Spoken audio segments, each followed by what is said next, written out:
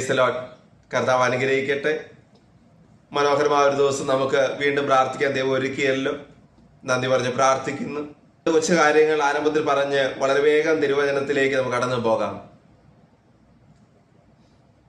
കർത്താവ് ഇന്ന് എന്നെ പഠിപ്പിച്ചൊരു കാര്യമാണ്, നമ്മുടെയൊക്കെ ജീവിതത്തിൽ പലപ്പോഴും ദൈവം നമുക്കായിട്ട് ഒരുക്കുന്ന വഴികൾ നമുക്ക് മനസ്സിലാക്കാൻ പറ്റുന്നില്ല. മുമ്പോട്ടുള്ള ജീവിതത്തിൽ എന്ത് ചെയ്യണമെന്ന് നമുക്ക് അറിഞ്ഞുകൂടാ. നമ്മൾ ഇരുട്ടിൽ തപ്പുന്നവരെ പോലെ ആയി മാറുന്നു. എന്നാൽ കർത്താവ് എല്ലാ കാര്യത്തിനും ഒരു വഴി ഒരുക്കി വെച്ചിട്ടുണ്ട്. ഇത് നമുക്ക് കണ്ടെത്താൻ പറ്റുന്നില്ല. അതിന്റെ കാരണം എന്ന് പറയുന്നത്, ഒരു വിഷയം വരുന്നതിന് മുന്നേ വഴി തെളിയണമെന്നാണ് നമ്മളുടെ വിചാരം. എന്നാൽ സ്വർഗത്തിലെ ദൈവത്തിന്റെ പ്രവൃത്തി അങ്ങനെയല്ല.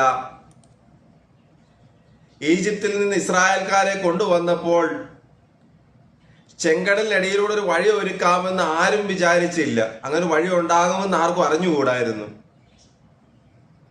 എന്നാൽ അവസാന സമയത്ത് തങ്ങൾ നശിക്കാൻ പോകുന്നു എന്ന് വിചാരിച്ച സമയത്ത് അവർ സ്വർഗത്തിലെ ദൈവത്തെ വിളിച്ചപ്പോൾ ആ ചെങ്കടലിനിടയിലൂടെ വഴി ഒരുക്കിയ ദൈവം നമ്മളുടെ ജീവിതത്തിലും പല രീതിയിൽ വഴികൾ കർത്താവ് ഒരുക്കി വെച്ചിട്ടുണ്ട്. പക്ഷെ നമുക്ക് ഇത് തുറന്നു കിട്ടുന്നില്ല. അതിന്റെ കാരണം, നമ്മൾ ദൈവത്തോട് ഞാൻ മുമ്പ് പറഞ്ഞിട്ടുണ്ട്, പ്രാർത്ഥിക്കുന്നത് നമ്മൾ പറയുന്ന രീതിയിലുള്ളൊരു വഴി തുറന്നു തരണമേ എന്ന് പറഞ്ഞ പ്രാർത്ഥിക്കുന്നത്. എന്നാൽ സ്വർഗത്തിലെ ദൈവം ആഗ്രഹിക്കുന്നത് നമ്മൾ പറയുന്ന രീതിയിലുള്ള വഴികൾ തുറന്നു തരുന്ന ഒരു ദൈവമല്ല നമുക്കുള്ളത്. ദൈവത്തിന് അതിൻ്റെതായ ഒരു പ്ലാനും പദ്ധതിയും ഉണ്ട്. അതിനനുസരിച്ചേ ദൈവം പ്രവർത്തിക്കത്തുള്ളൂ.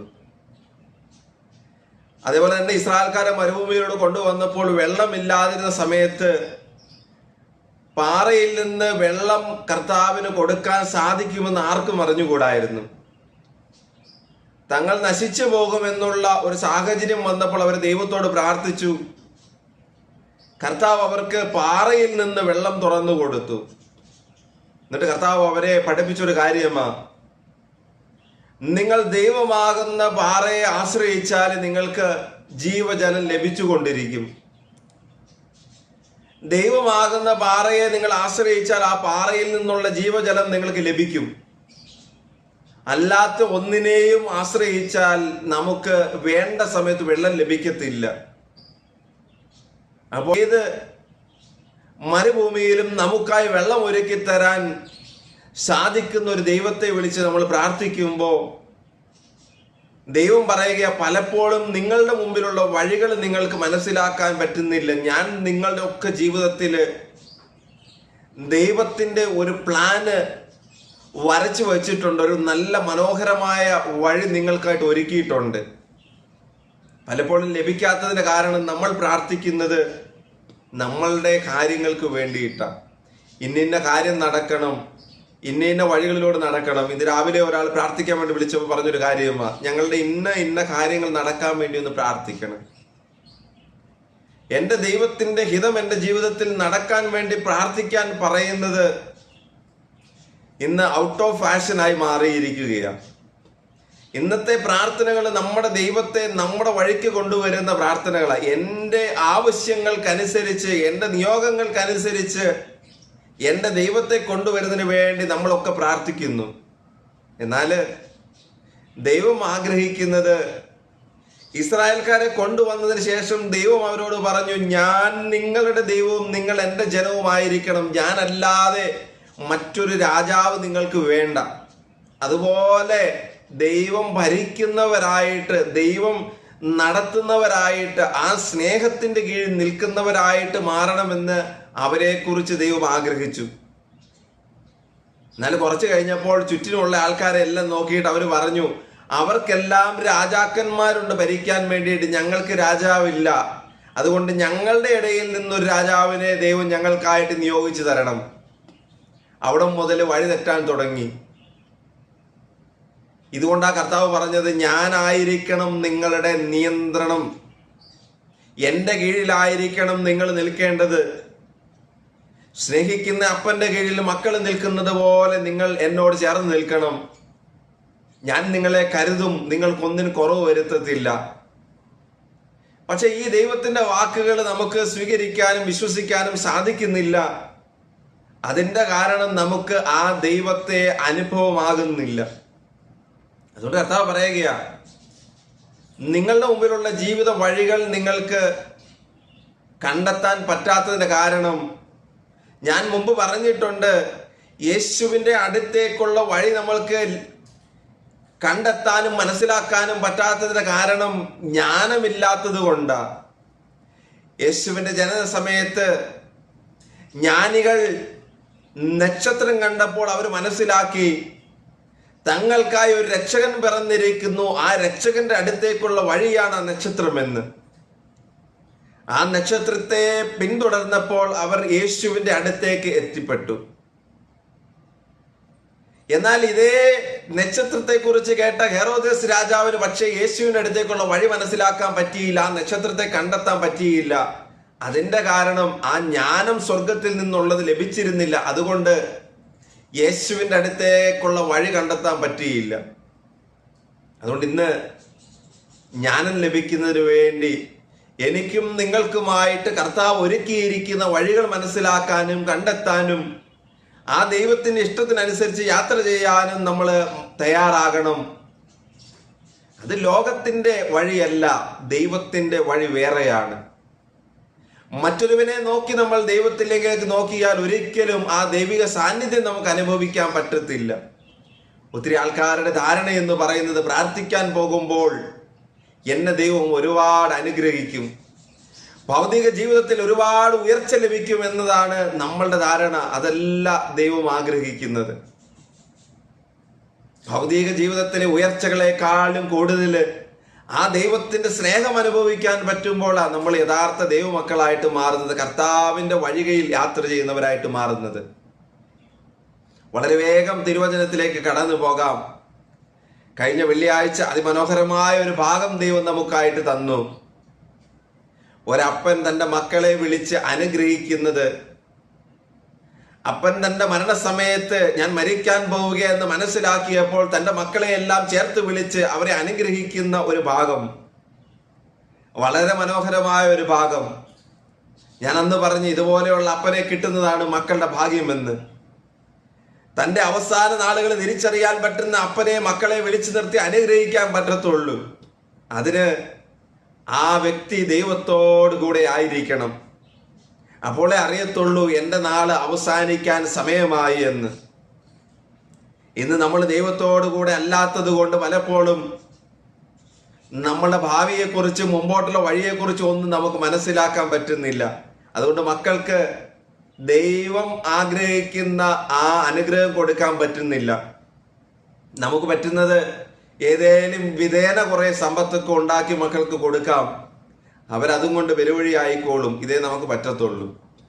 എന്നാൽ ഇവിടെ ഉൽപ്പത്തി പുസ്തകം 49-ാമത്തെ അധ്യായത്തിൽ യാക്കോബ് തൻ്റെ 12 മക്കളെയും വിളിച്ചു നിർത്തിയിട്ട് അതിമനോഹരമായ രീതിയിൽ അവരോട് നിങ്ങളുടെ ജീവിതത്തിൽ സംഭവിക്കാൻ പോകുന്ന കാര്യത്തെക്കുറിച്ച് പറഞ്ഞപ്പോൾ നമ്മളൊക്കെ അത്ഭുതപ്പെട്ടതാ. ഇതുപോലെ നമ്മളെല്ലാം ചേർത്ത് പിടിക്കുന്ന, നമ്മളോട് സംസാരിക്കുന്ന ഒരു ദൈവത്തിൻ്റെ സാന്നിധ്യം നമ്മുടെ ജീവിതത്തിൽ ഉണ്ടെങ്കിൽ പലപ്പോഴും വഴിതെറ്റാതെ നമ്മൾ സ്വർഗരാജ്യത്തിൻ്റെ വഴിയിലൂടെ യാത്ര ചെയ്തേനെ. തിരുവചനത്തിൽ കഴിഞ്ഞ ദിവസം യാക്കോബ് തൻ്റെ മക്കളായ റൂബനെ വിളിച്ചു പറയുന്നതും ശിമയോനെയും ലേവിയെയും വിളിച്ചു പറയുന്നതും യൂദയെയും സെബൂലിനെ ഒക്കെ വിളിച്ചു പറയുന്നത് നമ്മൾ കേട്ടു. അവരുടെ ജീവിതത്തിൽ വരാൻ പോകുന്ന കാര്യം എന്താണെന്നാണ് കർത്താവ് യാക്കോബ് പറഞ്ഞു കൊടുത്തത്. ഇനി അടുത്ത മക്കളുടെ ജീവിതത്തിൽ വരാൻ പോകുന്ന കാര്യവും അപ്പം പറഞ്ഞു കൊടുക്കുകയാണ്. അപ്പൻ അവനെ അനുഗ്രഹിക്കാൻ വിളിച്ചു നിർത്തിയിട്ടാണ് ഈ പറഞ്ഞു കൊടുക്കുന്നത്, നീ ഇന്ന സ്വഭാവക്കാരനാ, ഇന്ന് നിന്റെ ജീവിതത്തിൽ വരാൻ പോകുന്ന ഇതാണെന്ന്. അടുത്തത് ഇസാക്കർ എന്ന മകനെ വിളിച്ചാ പറയുന്നത്. ഇസാക്കർ എന്ന മകനെ വിളിച്ചിട്ട് യാക്കോബ് പറയുക, മോനെ നീ ഒരു കരുത്തുറ്റ കഴുതയാണ്, അവൻ ചുമടുകൾക്കിടയിൽ കിടക്കുന്നു, വിശ്രമസ്ഥലം നല്ലതെന്നും ദേശം മനോഹരമെന്നും അവൻ കണ്ടു. അതുകൊണ്ട് അവൻ ചുമട് കയറ്റാൻ ചുമൽ കൊന്നിച്ചു കൊടുത്തു. കൂലിവേല ചെയ്യുന്ന ഒരു ദാസനായി തീർന്നു. മനോഹരമായ ഭാഗങ്ങളാണല്ലേ ഓരോ മക്കളെ കുറിച്ചും അപ്പൻ വളരെ വ്യക്തമായിട്ട് പറഞ്ഞു കൊടുക്കുക. ഇസാഖറിനോട് പറയുക, മോനെ, നീ നല്ല കരുത്തുറ്റ ഒരു കഴുതയായിരുന്നു. നിന്റെ പ്രശ്നം, നീ ചുമടുകൾക്കിടയിൽ കിടക്കുകയാ. നിനക്കിപ്പോ എണീച്ച് നടക്കാൻ വയ്യാത്ത അവസ്ഥയാ. കാരണം വിശ്രമ സ്ഥലം നല്ലതെന്നും ദേശം മനോഹരമെന്നും കണ്ട് ചുമട് കയറ്റാൻ നീ ചുമൽ വെച്ചു കൊടുത്തു. അതുകൊണ്ട് ഇന്ന് നീ ആ ചുമടുകൾക്കിടയിൽ കിടക്കുകയാ. യഥാർത്ഥത്തിൽ ഒരു കഴുത, ആരോഗ്യമുള്ള കഴുതയെ കുറിച്ച് തിരുവചനത്തിൽ മറ്റൊരു കാര്യമുണ്ട്. യേശുവിന് യാത്ര ചെയ്യാനായി ഒരുക്കപ്പെട്ടിരിക്കുന്ന ഒരു കഴുത. ഇവിടെ അപ്പം പറയുക, നീ കരുത്തുറ്റ ഒരു കഴുതയായിരുന്നു. നിനക്ക് ഒരുപാട് ഭാരം എടുത്തുകൊണ്ട് പോകാൻ പറ്റുമായിരുന്നു. നീ വഹിക്കേണ്ടത് സ്വർഗത്തിലെ ദൈവത്തിന്റെ ഇഷ്ടമായിരുന്നു. ദൈവത്തിന് യാത്ര ചെയ്യാനാണ് നീ നിയോഗിക്കപ്പെട്ടത്. എന്നാൽ ആ കരുത്ത് നീ വേണ്ട രീതിയിൽ ഉപയോഗിച്ചില്ല. നീ നോക്കിയപ്പോൾ ഇത് കൊള്ളാവുന്നൊരു സ്ഥലമാണെന്ന് കണ്ടു. ഈ സ്ഥലത്ത് കുറച്ച് പണിയെടുത്താൽ, കഷ്ടപ്പെട്ടാൽ എന്തേലുമൊക്കെ നേടിയെടുക്കാമെന്ന് വിചാരിച്ചു. ഈ സ്ഥലം മനോഹരമാണ്, ഇത്തിരി ചുമടെടുത്താലും കുഴപ്പമില്ല, അധ്വാനിച്ചാലും കുഴപ്പമില്ല, ഇവിടെ മനോഹരമായ ഒരു ജീവിതം കെട്ടിപ്പടുക്കാമെന്ന് വിചാരിച്ച് നിന്റെ ചുമല് നീ എടുക്കാൻ പാടില്ലാത്ത ചുമടുകൾ എടുക്കാൻ വേണ്ടി വെച്ചു കൊടുത്തപ്പോ ഇന്ന് നീ പൊങ്ങാൻ പറ്റാത്ത രീതിയിലാ ഉള്ളത്. നമ്മുടെയൊക്കെ ജീവിതത്തിൽ ഇതുപോലെ പലതും നടക്കുന്നുണ്ട്.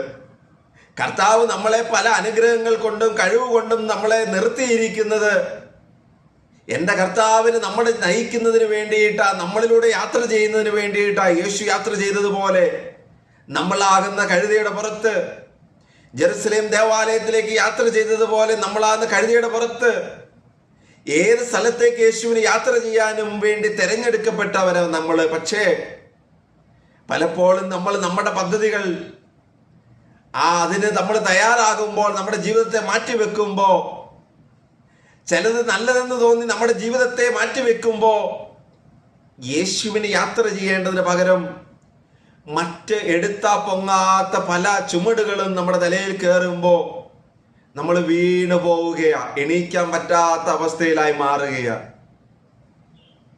അതുകൊണ്ട് അപ്പൻ അവനോട് പറഞ്ഞു കൊടുക്കുകയാ, നിന്റെ ജീവിത സാഹചര്യം ഇതുപോലെ എപ്പോൾ പോയിക്കൊണ്ടിരിക്കുന്നത്. അതുകൊണ്ട് മോനെ, നീ തിരിച്ചറിഞ്ഞോ, യഥാർത്ഥത്തിൽ നീ വഹിക്കേണ്ട ചുമട് ആ ദൈവത്തെയാണ് നീ വഹിക്കേണ്ടത്. നിന്റെ ജീവിതത്തിലും ഹൃദയത്തിലും ദൈവിക സാന്നിധ്യം വന്നിറയേണ്ടത്.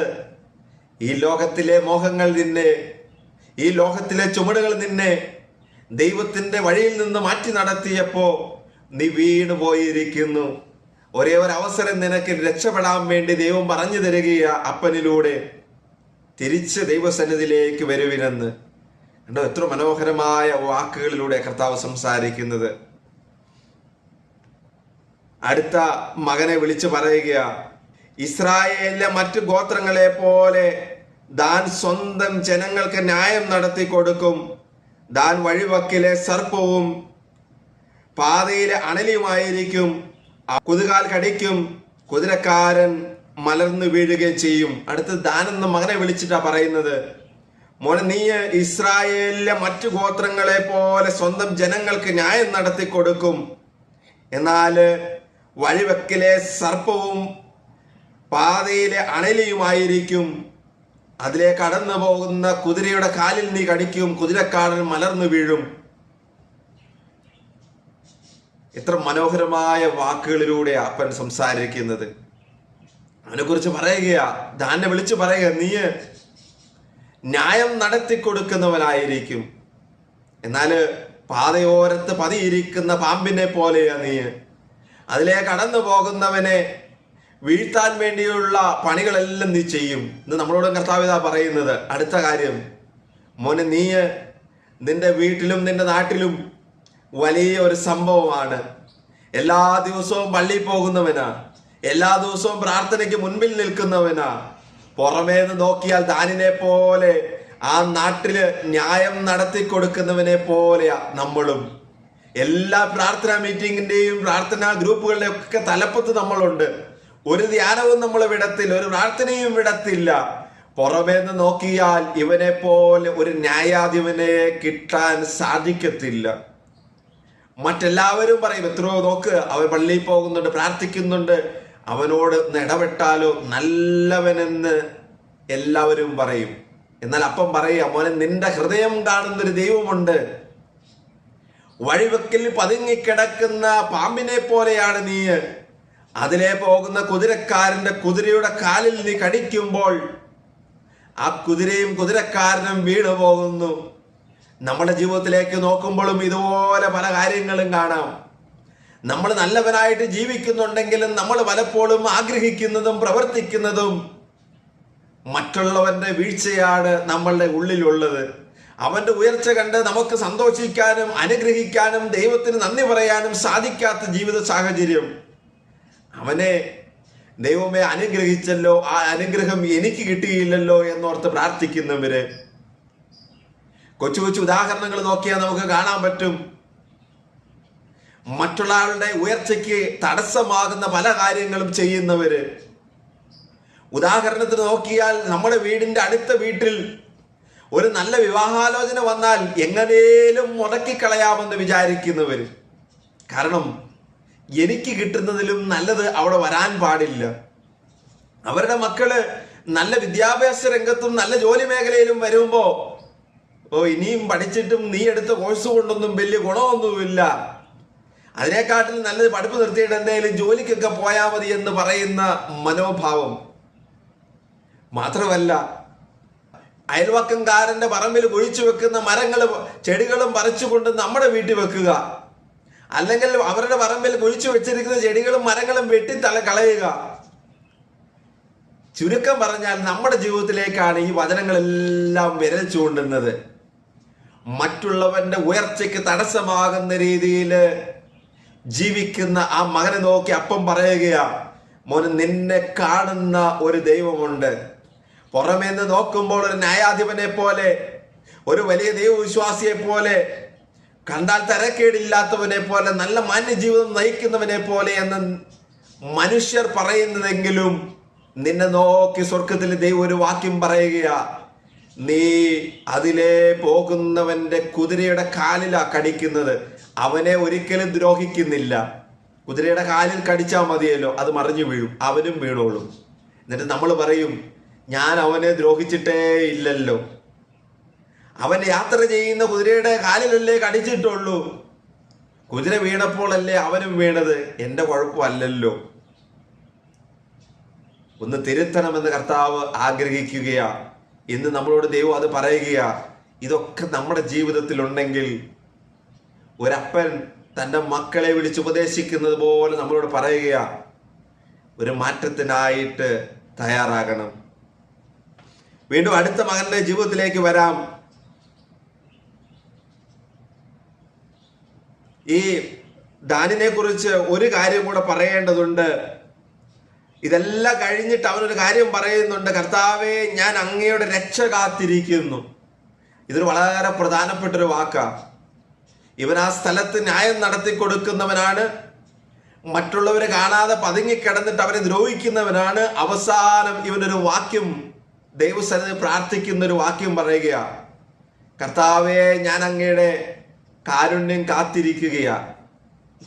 എത്ര മനോഹരമായ രീതിയിലാണ് വചനം നമ്മളോട് സംസാരിക്കുന്നത്. ഇതെല്ലാം ചെയ്തിട്ട് ദൈവസന്നിധിയിൽ പ്രാർത്ഥിക്കുക, ദൈവമേ, ഞാൻ നല്ലവനാണ്, എന്നെ അനുഗ്രഹിക്കണം. കർത്താവിന്റെ അനുഗ്രഹത്താൽ എന്നെയും എൻ്റെ കുടുംബത്തെയും നിറയ്ക്കണമെന്ന് പ്രാർത്ഥിക്കുകയും കൂടെ ചെയ്യുമ്പോൾ എന്തോ ഒരു വിരോധാഭാസമാണല്ലേ. നമ്മുടെ ഹൃദയം കാണുന്ന കർത്താവിന് നമ്മളെ എങ്ങനെ അനുഗ്രഹിക്കാൻ പറ്റും? നമ്മുടെ ചെയ്തികൾ കർത്താവ് കാണുന്നുണ്ട്, നമ്മുടെ ഹൃദയം കർത്താവ് കാണുന്നുണ്ട്, നമ്മുടെ പ്രാർത്ഥന ദൈവം കാണുന്നുണ്ട്, കേൾക്കുന്നുണ്ട്. അതുകൊണ്ട് ഇന്ന് പലരുടെയും പ്രാർത്ഥനകൾക്ക് ദൈവം ഒരു മറുപടിയും കൊടുക്കുന്നില്ല. ഇതൊക്കെ ചെയ്തതിന് ശേഷം എല്ലാവരുടെയും മുമ്പിൽ പോയി മുട്ടുകുത്തി കൈപിടിച്ച് സ്വർഗത്തിലേക്ക് നോക്കി യേശുവേ ഉറക്കെ വിളിക്കുകയാ. എന്തിനാ? ആ വിളി അങ്ങ് സ്വർഗരാജ്യത്ത് എത്തിപ്പെടുന്നതിന് വേണ്ടി. നമ്മുടെ തൊണ്ട പൊട്ടുന്നതല്ലാതെ ഈ വിളി സ്വർഗത്തിലേക്ക് എത്തത്തില്ല. ഈ വിളി അങ്ങ് സ്വർഗത്തിലേക്ക് കടന്നു പോകത്തില്ല. കാരണം ഇത് സത്യമുള്ള വിളിയല്ല, ദൈവം നമ്മളെ കണ്ടുകൊണ്ടിരിക്കുന്നുണ്ട്. അടുത്ത മകനിലേക്ക് പോകാം.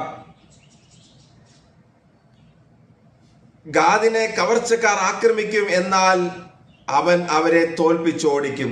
ഗാദിനെ വിളിച്ചിട്ട് പറയുക, ഗാദിനെ വിളിച്ചിട്ട് യാക്കോബ് പറയുക, മോനെ, നിന്നെ കവർച്ചക്കാർ ആക്രമിക്കും, എന്നാൽ നീ അവരെ തോൽപ്പിക്കും. നിന്റെ ജീവിതത്തിൽ വരാൻ പോകുന്ന കാര്യമാ. നീ നടക്കുന്ന വഴിയിൽ നീ പ്രതീക്ഷിക്കാത്ത അക്രമങ്ങൾ നിനക്ക് നേരിടേണ്ടി വന്നേക്കാം. എന്നാൽ നീ ഭയപ്പെടേണ്ട, നീ അവരെ തോൽപ്പിക്കും. അതിനുള്ള ശക്തി ദൈവം നിനക്ക് തരും. ഇന്ന് ദൈവവിശ്വാസികളുടെ കർത്താവിന് പറയാനുള്ള കാര്യമാ, നമ്മൾ നടക്കുന്ന വഴിയിൽ, വിശ്വാസ വഴിയിലൂടെ നമ്മൾ യാത്ര ചെയ്യുമ്പോൾ പലപ്പോഴും അപ്രതീക്ഷിതമായ ചില ആക്രമണങ്ങൾ നമുക്ക് നേരിടേണ്ടി വന്നേക്കാം. പക്ഷെ ഭയപ്പെടേണ്ട കാര്യമില്ല. അവരെ ജയിക്കുന്നതിന് വേണ്ടി ദൈവം നമ്മളെ ബലപ്പെടുത്തും. Praise the Lord. അടുത്ത വ്യക്തിയുടെ ജീവിതത്തിലേക്ക് കടന്നു പോകുമ്പോൾ യാക്കോബ് ആശേറിനെ വിളിച്ചിട്ട് പറയുക, നിന്റെ ആഹാരം സമ്പന്നമായിരിക്കും, അവൻ രാജകീയ വിഭവങ്ങൾ പ്രദാനം ചെയ്യും. അടുത്ത മോനെ വിളിച്ചിട്ട് അപ്പം പറയുക, മോനെ ആശേറേ, നീ രാജകീയ വിഭവങ്ങൾ ഉണ്ടാക്കുന്നവനായിരിക്കും. മറ്റുള്ളവർക്ക് രാജകീയ വിഭവങ്ങൾ ഉണ്ടാക്കി കൊടുക്കുന്നവനായിരിക്കും. അവരെ സന്തോഷിപ്പിക്കാൻ വേണ്ടി, ഭക്ഷണം കൊടുത്ത് സന്തോഷിപ്പിക്കുന്നതിന് വേണ്ടി, മനോഹരമായ രീതിയിൽ ഭക്ഷണം കൊടുക്കാൻ, അതുണ്ടാക്കാൻ ഉള്ള കഴിവ് നിനക്കുണ്ട്. ഒന്ന് നീ ഓർത്തോണം, നീ സന്തോഷിപ്പിക്കേണ്ടത് രാജാക്കന്മാരെയോ ജനങ്ങളെയോ പ്രഭുക്കന്മാരെയോ അല്ല, സ്വർഗത്തിലെ ദൈവത്തെ സന്തോഷിപ്പിക്കുന്നവനായിരിക്കണം. നിന്റെ എല്ലാ വിഭവങ്ങളും ദൈവത്തിന് സന്തോഷിക്കുന്നതിന് വേണ്ടി ആയിരിക്കണം. ഇന്ന് കർത്താവ് നമ്മളോട് അടുത്ത കാര്യം പറയുക, നമുക്ക് ദൈവം തന്നിരിക്കുന്ന എല്ലാ വിഭവങ്ങളും ദൈവത്തെ സന്തോഷിപ്പിക്കുന്നതിന് വേണ്ടി ആയിരിക്കണം. മറ്റുള്ളവരെ സന്തോഷിപ്പിക്കുന്നതിന് വേണ്ടി ആകരുത്. മനുഷ്യരെ സന്തോഷിപ്പിക്കാൻ നമ്മൾ വിഭവങ്ങളോട് ഒരുക്കുമ്പോൾ പലപ്പോഴും നമ്മൾ ദൈവത്തെ സന്തോഷിപ്പിക്കാൻ വേണ്ടി മറന്നു പോകുന്നു. അതുകൊണ്ട് അപ്പൻ മകനോട് പറയുക, നീ നല്ലതായിട്ട് ഇതൊക്കെ ഉണ്ടാക്കാൻ പഠിച്ചിട്ടുണ്ട്, കൊടുക്കാൻ പഠിച്ചിട്ടുണ്ട്, നീ അതെല്ലാം കൊടുക്കുന്നുണ്ട്, പക്ഷേ അത് കൊടുക്കേണ്ട ആളിലേക്ക് എത്തുന്നില്ലല്ലോ. കർത്താവ് അനുഗ്രഹിക്കട്ടെ. വീണ്ടും അടുത്ത മകനിലേക്ക് വരാം. നഫ്താലിയെ വിളിച്ചിട്ട് പറയുക, നഫ്താലി, നീ സ്വച്ഛന്തം ചരിക്കുന്ന ഒരു മാൻപേടയാണ്, മൃദുല വാക്കുകൾ പൊഴിക്കുന്നവനാണ് നീ.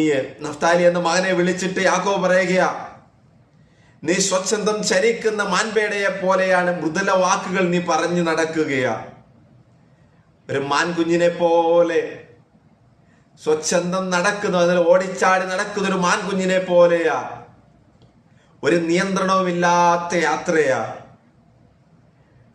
എതിലെ പോകണമെന്ന് അറിഞ്ഞുകൂടാ, എവിടെയാണ് തകർക്കാൻ വേണ്ടി, പിടിച്ചു കൊണ്ടുപോകാൻ വേണ്ടി ശത്രുക്കൾ പതിയിരിക്കുന്നതെന്ന് അറിയുന്നില്ല. കാരണം ആ മാനിന്റെ കുഞ്ഞിന് അവൻ നിഷ്കളങ്ക, അതിനത് മനസ്സിലാകുന്നില്ല.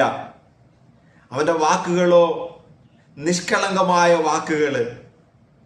നമ്മുടെ ജീവിതത്തിലേക്ക് നോക്കിയാലും ഇതുപോലെ കാണാം.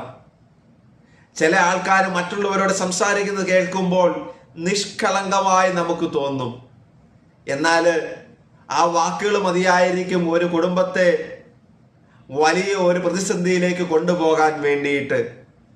ഈ മാൻപേടയെ പോലെ ഇങ്ങനെ കറങ്ങി നടക്കും. ഒരു വീട്ടിൽ നിന്ന് അടുത്ത വീട്ടിലേക്ക്, ഒരു മീറ്റിംഗിൽ നിന്ന് അടുത്ത മീറ്റിംഗിലേക്ക്, അങ്ങനെ പല വീടുകളിൽ ചെന്നിട്ട് കളങ്കമില്ലാത്തത് എന്ന് തോന്നുന്ന രീതിയിൽ കൊച്ചു കൊച്ചു വാക്കുകളിലൂടെ അവരോട് സംസാരിച്ചിട്ട് കടന്നു പോകുമ്പോൾ ഇവൻ പോയ വീടുകളിലെല്ലാം പ്രതിസന്ധിയും പ്രയാസവും ഉടലെടുക്കും. കാണുമ്പോൾ ഒരു പാവം വന്നിട്ട് പാവത്തെ പോലെ ഇരുന്ന് സംസാരിച്ചു കടന്നുപോയി എന്ന് വിചാരിക്കും. കുറെ കഴിയുമ്പോഴാ പലപ്പോഴും നമുക്ക് മനസ്സിലാകുന്നത്, വന്നത് മാൻപേടയെ പോലെ ആണെങ്കിലും ഉള്ളിലൊരു ചെന്നായിയാണ് വന്നത്.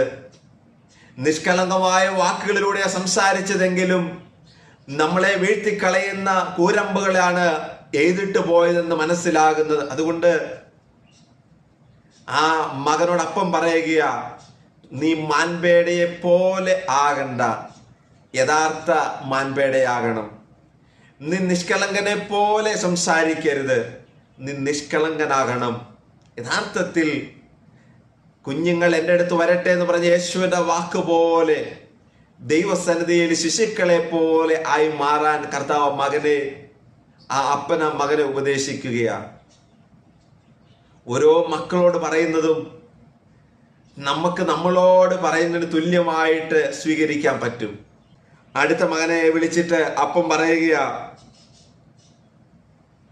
ജോസഫിനെ വിളിച്ചിട്ട് യാക്കോബ് പറയുക, ജോസഫേ, നീരുറവയ്ക്ക് അരികെ നിൽക്കുന്ന ഫലസമൃദ്ധമായ വൃക്ഷമാണ് യോസഫ്. ജോസഫിനെ കുറിച്ച് പറഞ്ഞ ആദ്യത്തെ വാക്ക് തന്നെ കേട്ടോ, നീരുറവയ്ക്ക് അരികെ നിൽക്കുന്ന ഫലമുള്ള വൃക്ഷമാണ് ജോസഫ്. അവനെ വിളിച്ച് പറയുക, നിന്നെ കുറിച്ച് എനിക്ക് പറയാനുള്ളത്, നീ നിൽക്കുന്നത് നീര് ഉറവയുടെ അരികത്താണ്, സ്വർഗത്തിലെ ദൈവത്തിന്റെ സാന്നിധ്യമുള്ള സ്ഥലത്താണ്. ദൈവം നിന്നോട് കൂടെയുണ്ട്, അതുകൊണ്ട് നിന്നിൽ ഫലമുണ്ട്. നീ ഒരു ഫലമുള്ള വൃക്ഷമാകാൻ കാരണം ആ ദൈവിക സാന്നിധ്യം നിന്റെ ജീവിതത്തിലുള്ളത് കൊണ്ട് നീ ഫലമുള്ളവനായി ജീവിക്കുന്നു. വീണ്ടും പറയുക, നിന്റെ ശാഖകള് മതിലിന് മീതെ പടർന്നു നിൽക്കുന്നു. ആരൊക്കെ മതിൽ കെട്ടിയാലും അതിനു മീതെ ആ ശാഖകളെ ദൈവം വളർത്തിക്കൊണ്ടുവരും. നശിപ്പിക്കണമെന്ന് വിചാരിച്ച് സ്വന്തം സഹോദരങ്ങൾ തന്നെ കൊല്ലാൻ വേണ്ടി കിണറ്റിലെറിയുകയും പിന്നീട് അടിമയായിട്ട് വിൽക്കുകയും ചെയ്തപ്പോൾ കർത്താവിന്റെ സാന്നിധ്യം കൂടെയുള്ളത് കൊണ്ട് അവൻ ഫലമുള്ള ഒരു വൃക്ഷമായി മാറി. അവന് കെട്ടിയ അതിരുകൾക്ക് മതിലുകൾക്ക് മേലെ അത് പടർന്ന് പന്തലിച്ചു വളർന്നു വന്നു. വീണ്ടും അപ്പം പറയുക, വില്ലാളികൾ അവനെ കഠിനമായി വേദനിപ്പിച്ചു. അവർ അവന് നേരെ അമ്പെയ്യുകയും അവനെ ഞെരുക്കുകയും ചെയ്തു. വില്ലാളികൾ അമ്പെയ്യുകയും അവനെ ഞെരുക്കുകയും ചെയ്തു.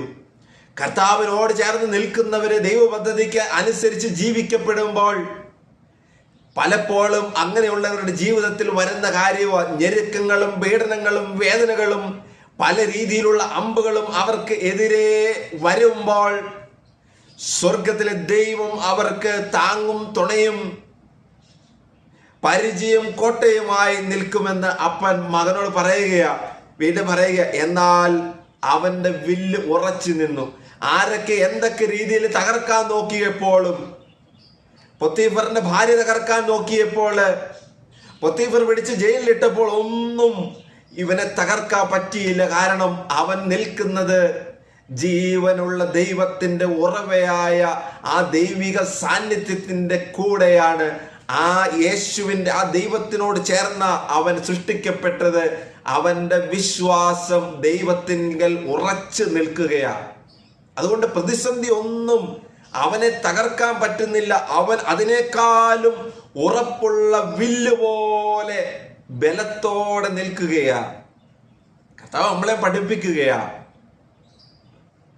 കർത്താവിനോട് ചേർന്ന് നിൽക്കുന്നവന്റെ ജീവിതത്തിൽ പല പ്രതിസന്ധിയും പ്രയാസങ്ങളും വന്നേക്കാം. എന്നാൽ കർത്താവ് അവനെ ബലത്തോടെ നിർത്തും. നമ്മൾ പഠിക്കേണ്ട ഒത്തിരി കാര്യങ്ങൾ ഈ വചനത്തിലുണ്ട്.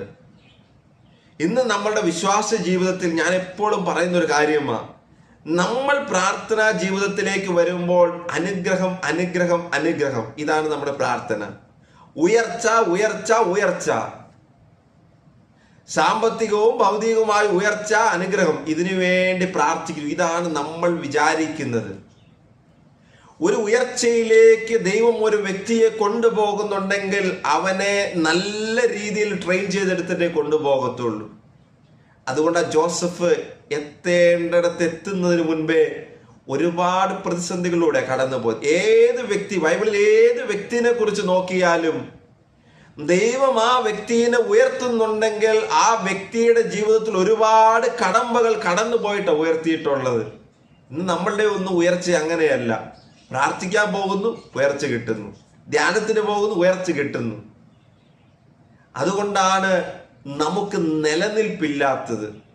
ഒരു ഉയർച്ച അല്ലെ ഒരു കാര്യസാധ്യം കഴിഞ്ഞു, നമ്മൾ അടുത്തതിൽ വീണുപോയി.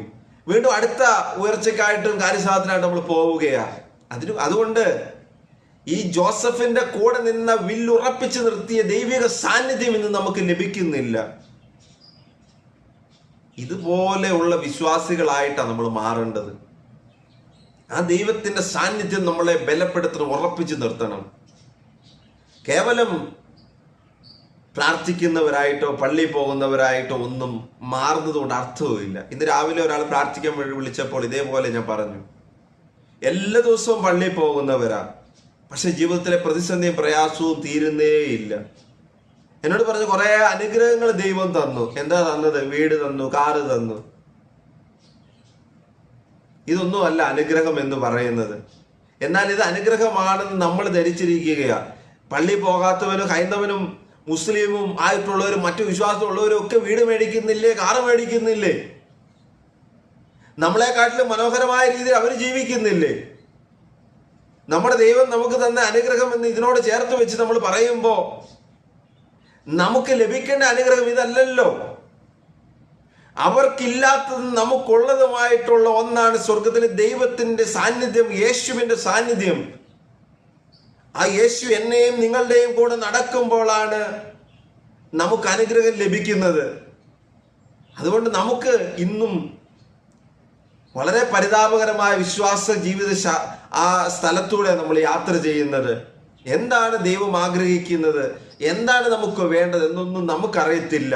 ഈ ഭൂമിയിൽ എങ്ങനെയും എല്ലാവരുടെയും മുമ്പിൽ ഒരു ഗമയോടെ ജീവിക്കാൻ നമ്മളെ, നമ്മുടെ കുടുംബത്തെ ദൈവം അനുഗ്രഹിക്കണമെന്ന് പറഞ്ഞ് പ്രാർത്ഥിക്കുക. ഇവിടെ അപ്പൻ മക്കളെ വിളിച്ചിട്ട് അവരോട് പറഞ്ഞു കൊടുക്കുകയാ എന്താണ് വേണ്ടതെന്ന്.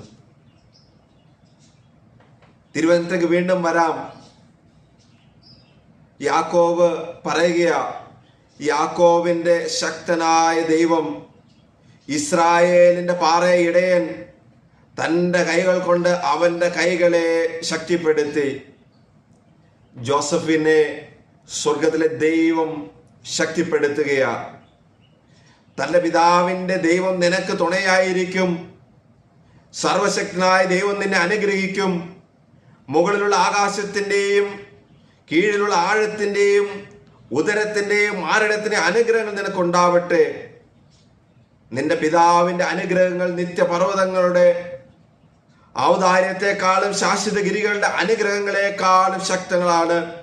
അവ ജോസഫിന്റെ ശിരസിൽ തന്റെ സഹോദരിൽ നിന്ന് വേർപെട്ടിരുന്നവന്റെ മൂർധാവിൽ വർഷിക്കപ്പെടട്ടെ. അപ്പന്റെ അനുഗ്രഹം കണ്ടോ? നിന്നെ ദൈവം അനുഗ്രഹിക്കട്ടെ എന്ന് ചേർത്ത് പിടിച്ച് ഒറ്റ വാക്കിൽ പറഞ്ഞാൽ മറ്റുള്ളവർക്ക് കൊടുക്കാത്തൊരു അനുഗ്രഹം അപ്പൻ അവിടെ കൊടുക്കുക ജോസഫിന്. നിന്നെ സ്വർഗത്തിൽ ദൈവം അനുഗ്രഹിക്കട്ടെ. എൻ്റെ ദൈവം, എന്നെ നടത്തിയ ദൈവം നിന്നെയും നടത്തട്ടെ. ആ ദൈവത്തിന്റെ സാന്നിധ്യം നിന്റെ കൂടെ നിൽക്കട്ടെ. മറ്റു മക്കളോടൊക്കെ പറയുക, മക്കളെ നിങ്ങളുടെ പോക്ക് ശരിയല്ല, നിങ്ങൾ തിരിച്ചു വരണമെന്ന് ദൈവം ആഗ്രഹിക്കുന്നു, അപ്പനും ആഗ്രഹിക്കുന്നുണ്ട്. അതുകൊണ്ട് ഞാൻ നിങ്ങൾക്ക് പറഞ്ഞു തരിക, മക്കളെ നിങ്ങൾ ഒന്ന് നിങ്ങളുടെ പ്രവൃത്തിയെ ഒന്ന് പരിശോധിക്കണം. ജോസഫിനെ വിളിച്ചു പറയുക, മോനെ നീ പ്രതിസന്ധിയിലും ദൈവത്തെ കൈവിട്ടില്ലല്ലോ, ദൈവത്തിന് വേണ്ടി നീ നിന്നു കൊടുത്തല്ലോ. അതുകൊണ്ട് ആ ദൈവത്തിന്റെ അനുഗ്രഹം നിന്റെ ജീവിത അവസാനം വരെ ഉണ്ടാകുന്നതിന് വേണ്ടി, നിന്റെ ശിരസിൽ ആ അനുഗ്രഹം വരുന്നതിന് വേണ്ടി ഞാൻ പ്രാർത്ഥിക്കുകയാണ്. അപ്പൻ്റെ പ്രാർത്ഥന ഇങ്ങനെയാ വേണ്ടത്. ഇന്ന് നമ്മളൊക്കെ മക്കളെ അനുഗ്രഹിക്കുകയും പ്രാർത്ഥിക്കുകയും വേണ്ടപ്പോൾ നമ്മൾ 1, 2, 3 ആലോചിക്കണം. വെറുതെ പോയി അതും ഇതും പറഞ്ഞു പോന്നാ പോരാ.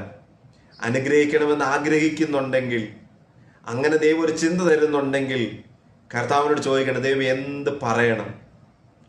ഓക്കെ, അവസാന മകന്റെ അടുത്തേക്കും കൂടെ വളരെ വേഗം പോകാം.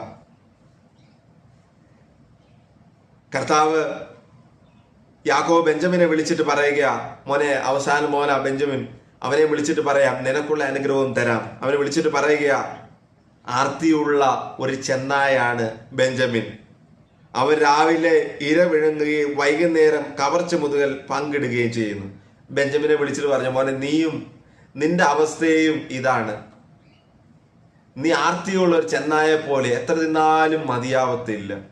ആരുടെയെങ്കിലും തട്ടിപ്പറിച്ചാണെങ്കിലും വെട്ടിച്ചെടുത്താണെങ്കിലും പറ്റിച്ചെടുത്താണെങ്കിലും എൻ്റെ വയറ് നിറയ്ക്കണം, എൻ്റെ സമ്പാദ്യം വർദ്ധിപ്പിക്കണം, എൻ്റെ കാര്യം നടക്കണം, എൻ്റെ എന്നുള്ളൊരു ചിന്ത മാത്രമേ നിനക്കുള്ളൂ. മറ്റുള്ളവരുടെ വേദനയൊന്നും പ്രശ്നമല്ല. ചെന്നായകളുടെ പ്രത്യേകതയുണ്ടല്ലോ, നമുക്കറിയാമല്ലോ. ഒരിര പിടിക്കുമ്പോൾ അതിന് ജീവൻ പോകുന്നത് വരെ ഒന്നും ചെന്നായ വെയിറ്റ് ചെയ്യത്തില്ല.